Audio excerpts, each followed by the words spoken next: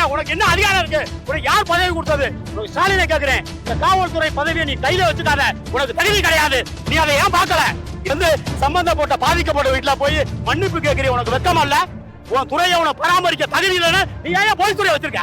ஆனா இந்த காசல் சொல்ற, விக்க சொல்ற, செத்தவனுக்கு பணம் கொடுக்குற. நீ என்ன ஆச்சு கேள்விப்பேடா நீ? சீமான் இல்லனா தமிழ்நாட வித்துருவானுங்க. இந்த எடப்பாடியும் இந்த ஸ்டாலின் இந்த நாட்டை மோசமான நடவடிக்கை கொண்டு போயிட்டு இருக்காங்க. இவர் கூட்டணியில இருந்து என்ன செஞ்சாரு அதை தான் தெரியணும். எதுவுமே செய்யல. திருமாவளவன் இருக்கிற பத்தி பிரச்சனை இல்ல, சுயநலத்துக்காக இருக்க கூடாது. மக்கள் தேவை பொதுநலா ஒரு நல்ல பிரச்சனை தலையிடணும். நீ வந்து கொள்கை கூட்டணி வைக்கணும். சாரா வைக்கிறான், திருடுறான், எல்லாத்துக்கும் நீங்க சப்போர்ட் பண்றீங்க. திருப்புவனம் சார், உங்களுக்கு வந்து மடப்புறம், உங்களுக்கு பத்திரகாளி அம்மன் கோயில்ல அஜித்குமார் வந்து நிரந்தர பணியாளர் கிடையாது, பகுதி நேர பணியாளராக இருக்காரு. மாசம் 6000 ரூபாய் சம்பளம். புரியுங்களா? இந்த காலகட்டத்தில் அது சாமி கும்பிடாங்க. நகிதாவா அதான் நகிதா அவங்க அம்மாவை சாமி கும்பிட வர்றாங்க. வந்த உடனே பிசிக்கல் ஆண்டிக்கு அவங்க அம்மா நடக்க முடியலை.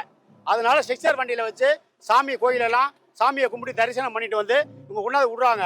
விட்டவுடனே அஜித்குமார்கிட்ட 100 ரூபா கொடுக்குறாங்க. இவங்க நாங்கள் 5 பேர் இருக்கோம், ஒரு 500 ரூபாய் கொடுங்க அப்படின்னா 500 ரூபாய் கொடுத்து இது ஒரு வாக்குவாதம் ஆகிப்போச்சு. நீ யார்கிட்ட இவ்வளோ காசு கேட்குற? நீ என்ன யார் தெரியுமா அப்படின்னு காசு 500 ரூபா கொடுத்துட்டு இவரை எப்படியாவது பழி வாங்கணுங்கிறக்காண்டி உடனே 10 பவுன் சவரன் நகை என் காரில் இருந்துச்சு, நான் கார் சாவியை கொடுத்தேன், இவங்க தான் எடுத்துடுறாங்கன்னு உடனே கம்ப்ளைண்ட் பண்ணிடுறாங்க. புரியுங்களா? கம்ப்ளைண்ட் பண்ண உடனே அது வந்து இந்து அறநிலையத்துறைக்கு சொந்தமான கோயில், அது HRNC கோயில். அது நீங்க என்ன பண்ணணும்னா HRNCல அவர் பணியாளர், அவர் ஈஓ எக்ஸிக்யூட்டிவ் இன்ஜினியர்கிட்ட நீங்க போய் சொல்லணும்.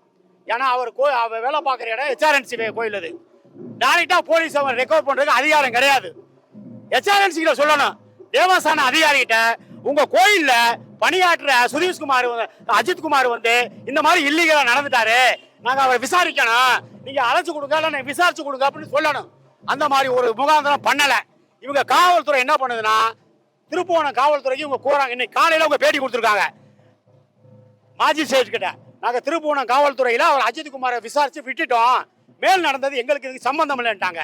மேலுடைய தூண்டுதல் பேர்ல இவர் அடிச்சு 2 நாள், அதாவது ஒரு விசாரணை கைதிய ஒரு அக்கிஸ்டா இருக்கக்கூடிய விசாரணையில உள்ளவங்களை 24 மணி நேரம் தான் ஸ்டேஷன்ல வச்சுக்கலாம். அதுக்கு மேல அவங்க வச்சுக்க கூட ரைட்ஸ் கிடையாது. இவங்க என்ன பண்ணிட்டாங்கன்னா 2-3 நாளா தொடர்ந்து வச்சு இவங்க சம்பந்தப்பட்ட அண்ணன் தம்பி எல்லாரையும் சேர்த்து வச்சு அடியாதனம்னு அடிச்சு, புரியுங்களா, கொண்டுட்டாங்க சார். புரியுங்களா? இந்த அதிகாரம் உனக்கு யார் கொடுத்தது? உன்னை அடிக்க சொல்லி யார் கொடுத்தது? இது நீ வந்து முறையா நீ தேவஸ்தான அதிகாரிகிட்ட தகவல் சொல்லிடணும். நீ அதுவும் செய்யல. புரியுங்களா? சம்பந்தப்பட்ட தாய் தந்தை கிட்ட போய் சொல்லியிருக்கணும். அதையும் நீ செய்யல. நீ வந்து மேலோடத்தினுடைய அதிகாரத்தை பயன்படுத்திக்கிட்டு 24 மணி நேரத்தில் அவங்க கொண்டு இருக்காங்க சார். நரக வேதனை. வளைகுடா நாட்டில் கூட இப்படி நடக்கல. உனக்கு எவன்டா அதிகாரம் கொடுத்தது? போலீஸ் உன்னை கொல்றதுக்கு உனக்கு என்னையா அதிகாரம்? நீ சட்டப்படியா அவர் மேல கேஸ் போட்டு எஃப்ஐஆர் போட்டு லாக்அப்ல வச்சு மறு விசாரணை கோர்ட் முடியாது எடுக்கணும். நீ ஏன் கொன்ன? உனக்கு என்ன அதிகாரம் இருக்கு? உனக்கு யார் பதவி கொடுத்தது? உனக்கு ஸ்டாலினை கேட்கிறேன். இந்த காவல்துறை பதவியை நீ கையில வச்சுக்காத. உனக்கு தகுதி கிடையாது. நீ அதை ஏன் பார்க்கல? இதே மாதிரிதான் காமராஜர் காலத்துல கட்டன் ஒரு மினிஸ்டர் தனியாவே இருந்துச்சு, காவல்துறை வந்து தனியா மினிஸ்டர் இருந்துச்சு. இப்ப ஆளுங்கிட்ட அரசெல்லாம் முதலமைச்சரே காவல்துறையை வச்சுக்கிறான். ஏனாக எல்லாத்துக்கும் போர்ஸ் கொடுக்குறக்காண்டி. அதனால இந்த ஸ்டாலினுடைய நீ வெக்கம் இறந்துட்டார் சார். அதாவது எப்படின்னா இது வந்து சட்டப்படி யாருக்குமே தெரியாது. அந்த ஆஸ்பத்திரியில் உள்ள மருத்துவர் நீதிபதி கிட்ட ரிப்போர்ட் சொல்லியிருக்காரு. ஹாஸ்பிட்டல் கொண்டு வந்தாங்க, நாங்க வந்து கிளினிக்கலுக்கு புறமா பார்க்கும்போது டெத் ஆயிட்டாரு, அதனால நீங்க வந்து மேலே அவங்க உடனே என்ன பண்ணா போஸ்ட்மார்ட்டத்துக்கு நீங்க அனுமதிக்கணும்னு சொல்லும் போது அவர் ஏத்துக்கல. மேலிட சப்போர்ட்ல அவங்க பாடியை கொண்டு போயிட்டாங்க. இது வந்து எப்படி அடிச்சான், எப்படி செத்தான், இந்த நடவடிக்கை இன்னும் தெரியல. புரியுங்களா? இதனால தமிழ்நாடு அரசை நான் வன்மையா கண்டிக்கிறேன். இந்த காவல்துறையை வந்து நீ ஸ்டாலின் உன் கையில வச்சுக்காத. உனக்கு தகுதி கிடையாது. நீ வந்து சம்பந்தப்பட்ட பாதிக்கப்பட்ட வீட்டுல போய் மன்னிப்பு கேட்கறிய. உனக்கு வெக்கமா இல்ல? உன் துறையை உனக்கு பராமரிக்க தகுதி இல்லைன்னு நீ ஏன் போலீஸ் துறையை வச்சிருக்க? அதுக்கு தனியா மினிஸ்டர் போடியா? 5 லட்சம் பணமும் உனக்கு பேரம் பேசி வேலை கொடுத்துருக்க. அந்த ஊராட்சி மன்ற தலைவர் பஞ்சாயத்து பணி பணம் கொடுத்துருவான் சார். இதே கள்ளக்குறிச்சியில வந்து கிட்டத்தட்ட 36 பேர் சாராயம் குடிச்சு வச்சிருக்கான். 10 லட்சம் கொடுத்தான். எவ்வளவு காசு கொடுக்குற? நீ சாராயத்தை காசு சொல்ற, விற்க சொல்ற, செத்தவனுக்கு பணம் கொடுக்குற. நீ என்ன ஆட்சி கேடுப்பேடா? நீ என்ன ஆட்சி செய்யற? உனக்கு என்ன தகுதி இருக்கு? நீனே காய்ச்சல, நீனே வைக்கிற. இந்த மாதிரி ரொம்ப சட்டம் ஒழுங்கு கெட்டு போச்சு சார். எல்லா பிரச்சனையும் தமிழ்நாடு சீரழிஞ்சு போச்சு. இப்ப பாத்தீங்கன்னா பஸ்ல எல்லாம் அரசு போக்குவரத்து துறை தான் இருக்குது. தமிழ்நாடை எடுத்துட்டான். ஏன்னா இவன் மயம் கலாநிதி ஸ்டாலின் மயம் மேல இடி ரைடு வரப்போன்னு சொல்லிவிட்டு இது நேராக போய் என்ன பண்ணிட்டாருனாக்க மோடி கிட்ட, அதாவது வந்து நிதி ஆயத்து வந்து 2 மாநாடு நடந்துச்சு. 2க்கும் மோடி மத்திய அரசுல போல. 3வது லோக்கம் இதுக்காண்டி மெட்ராஸ் போய் டெல்லி போய் மோடி கிட்ட வந்து ஈடி ரைடு வரக்கூடாதுன்னு காலில் கையில உழுந்து பணத்தை கொடுத்து இந்த மாதிரி பல பிரச்சனை சார். தமிழ்நாட்டில் எல்லாமே கொள்ள சார். எதுவுமே நிர்வாகம் சரியில்லை சார். எல்லாம் பிராடு சார். ஒவ்வொரு மந்திரி மேலே பல ஆயிரம் கோடி ஊழல் சார். மோடிகளை காலில் உழுதுகிட்டு எந்த நடவடிக்கையும் மோடி எடுக்க மாட்டேங்கிறார் சார். மத்திய அரசும் மாநில அரசும் சேர்த்து கூட்டணி களவாணிங்க சார். மக்கள் பாதிக்கப்படுறான். மக்களுக்கு வருமானம் இல்ல. 24 மணி சாராய கடை ஓடுது. இன்னைக்கு நான் சொல்றேன் உங்களுக்கு, 38 மாவட்டத்திலேயே அந்த டயத்துக்கு தான் சாராயம் விற்கணும். எல்லா எஸ்பிக்கு இன்னைக்கு சீஃப் செக்ரட்டரி சொல்றேன், காவல்துறையை கையில வச்சிருக்க நீ 38 மாவட்டத்துக்கு டயத்தை மீறி சாராயம் விற்க சொல்லாதையா. நீனே காட்சி இந்த மாதிரி பண்ண கூடாது. ரொம்ப கொடுமையா ஆட்சி நடக்குது சார். தமிழ் தேசியத்தை சுருக்கிட்டான் சார். தமிழ்நாடே இல்லைன்னு ஆக்கிட்டான் சார். இதே தமிழ்நாடு, அதாவது காமராஜர் காலத்துல சங்கரலிங்கம் ஒரு உண்ணாவிரதம் இருந்தாரு. தமிழ்நாடு பேர் வைக்கிறதுக்கு உண்ணாவிரதம் செத்தா சார் ஒருத்தன். 67ல தான் CN அண்ணாதுரை தமிழ்நாடு பேரே வச்சாரு.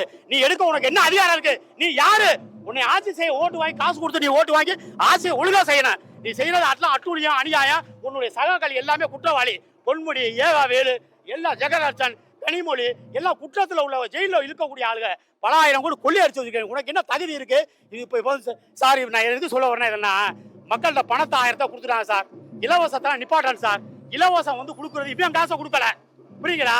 இலவச தடை செய்யணும். 2வது, தமிழ்நாட்டில் இப்போ இன்னைக்கு பாருங்களேன் நிகழ்ச்சி நடக்குது. கரூர் மாவட்டம் காட்டுமன்னார் கோயில்ல நூற்றாண்டு விழா இங்க நடக்குது. ஹிஸ்டாரிக்கல் மேனுக்காண்டி. புரியுங்களா? இங்க வந்து உங்களுக்கு பாத்தீங்கன்னா ஆணைமுத்து, கலிய பெருமாள், இளைய பெருமாள் இவங்களுக்கெல்லாம் நிகழ்ச்சி பிரமாண்டமா நடக்குது. இங்க உங்களுக்கு பாத்தீங்கன்னா நாகூர் அனிபா, அப்துல் கலாம், வீரப்பன் இவங்களுக்கெல்லாம் வந்து நினைவு தினமா நூற்றாண்டு விழா ஹிஸ்டாரிக்கல் மேனா கொண்டு வராங்க. ஆனா இது ஆண்ட அரசு ஹிஸ்டாரிக்கல் மேன் பேர்ல இருந்த போக்குவரத்து துறை எல்லாம் எடுத்துட்டா சார்.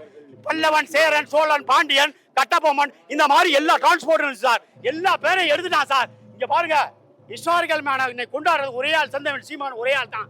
தமிழ் தேசியம் வளரணும், தமிழை பாதுகாக்கணும்னா செந்தமிழ் சீமான் ஒரே ஆள் தான் கேள்வி கேட்கிறாப்புல. சீமான் இல்லைன்னா தமிழ்நாடை வித்துருவானுங்க. இந்த எடப்பாடியும் இந்த ஸ்டாலின் இந்த நாட்டை மோசமான நடவடிக்கை கொண்டு போயிட்டு இருக்காங்க. மக்களுக்கு வருமானம் இல்ல, கல்வித்துறையில காசு, எல்லா துறையிலும் லஞ்சம், கேள்வி கேட்கவே ஆள் இல்ல, ஈடி ரைடு சரியில்லை, மத்திய அரசும் பிராடா இருக்கு. இதுக்கெல்லாம் ஒரே வழி, தமிழை நம்ம செப்பனிடணும். எல்லாத்துக்கும் வருமானம் இல்ல, எல்லாம் கஷ்டப்படுறான், எல்லாம் குப்பை பொறுக்க விட்டான் ரோட்ல. அதனால அந்த ஆண்ட அரசு, ஆளுகின்ற அரசு 2 பேரும் இந்த நாட்டுல இருந்து எடுத்துடும் சார். செந்தமிழ் சீமான் ஒரே ஆள் வந்தா தான் தமிழருக்காக, தமிழ் மக்களுக்காக தமிழ் தேசியம் காக்கப்படும். புரியுங்க சார்? அவர் வந்து கலைஞர் பிள்ளைல இருந்தே இருக்கார் சார். திருமாவளவன் வந்து கலைஞர் பிள்ளை இருந்துகிட்டு இருக்காரு. ஒண்ணு சமுதாயத்து மக்களுக்கு வளர்ச்சிக்கு, படிப்புக்கு, தொழிலுக்கு ஏதாச்சும் செய்யணும். கூட்டணியில கொள்கை இருக்கணும். இதுல பட்டியலத்த மக்களும் தாழ்த்தப்பட்ட மக்கள் தான் அதிகமா குடிக்கிறாங்க. இந்த சமுதாயத்துல நீ டிஎம்கே தொடர்ந்து ஒரு 40-30 வருஷம் இருக்காரு சார் திருமாவளவன். இவர் சமுதாயக்காரன் தான் அதிகமா குடிச்சு எல்லாமே குடிகாரம் ஆயிட்டாங்க. கொள்கையில நீங்க மதுபானத்தை தடை செஞ்சிருக்கணும். இந்த மாதிரி லஞ்சம் நடக்குது எல்லாத்துக்கும் இவர் எதுவுமே சொல்றது சார். இவர் கேள்வி கேட்கறதில்ல சார். இவரை பத்தி, அதாவது சமூகம், இவர் சார்ந்த சமூகமே வளராது சார். எல்லாம் குட்டுச்சோலா போச்சு சார். இவர் கூட்டையில இருந்து என்ன செஞ்சாரு அதை தான் தெரியணும். எதுவுமே செய்யல. திருமாவளவன் இருக்கிற பத்தி பிரச்சனை இல்ல, சுயநலத்துக்காக இருக்கக்கூடாது. மக்கள் தேவையா, பொதுநல, நல்ல பிரச்சனைல தலையிடணும். நீ வந்து கொள்கை கூட்டணி வைக்கணும். சாரா வைக்கிறான், திருடுறான், எல்லாத்துக்கும் நீங்க சப்போர்ட் பண்றீங்க. புரியுங்களா சார்?